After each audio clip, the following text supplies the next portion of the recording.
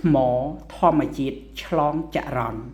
បាទជំរាបសួរបងប្អូននេះខ្ញុំឲ្យឈ្មោះថាថ្មពពុះសម្រិតសាច់លេខ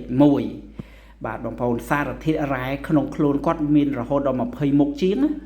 បាទហើយគាត់ឡើងដល់កម្រិតបែបលោហៈព្រោះឡើងដល់កម្រិតហ្នឹងអញ្ចឹងទើបគាត់អាចជួយចម្លងចរន្តបាទនេះចម្លងចរន្តដោយខ្សែភ្លើងយើងអញ្ចឹងនិយាយទៅបាទ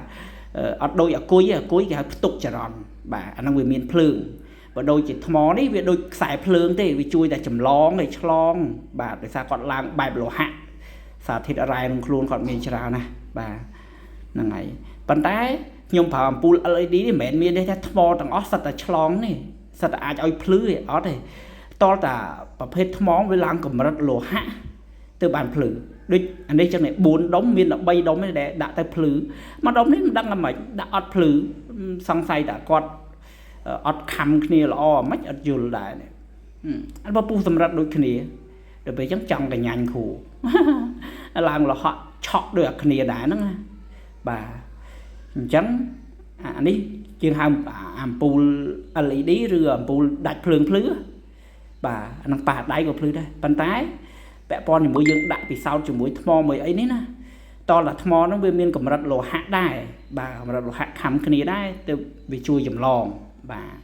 ចង់ជំរាបបងប្អូនកុំឲ្យយល់ច្រឡំថាវាមានភ្លើងអីណាណីនៅក្នុងហ្នឹងអត់ទេវាគ្រាន់តែដូចខ្សែភ្លើងចឹងជួយចម្លងណាបាទហើយអ្វីដែលខ្ញុំចង់ផ្សព្វផ្សាយគឺចង់ផ្សព្វផ្សាយពីគុណសម្បត្តិរបស់គាត់គឺគាត់មានគេហៅថាគុណភាពសាច់ឡតរហូតដល់80%បាទហើយសាច់ស្អាតយើងអាចយកទៅឆ្លាក់យកទៅច្នៃធ្វើកម្មធ្វើអីផ្សេងបានទាំងអស់តាមតម្រូវការបែបជំនឿតាំងអីយ៉ាងណាយ៉ាងណីបានហ្មងបងប្អូនបាទអញ្ចឹងមិនសបោទេណានឹងក្រដែររកតម្រាំបានដែរហ្នឹងបងប្អូនណាបាទ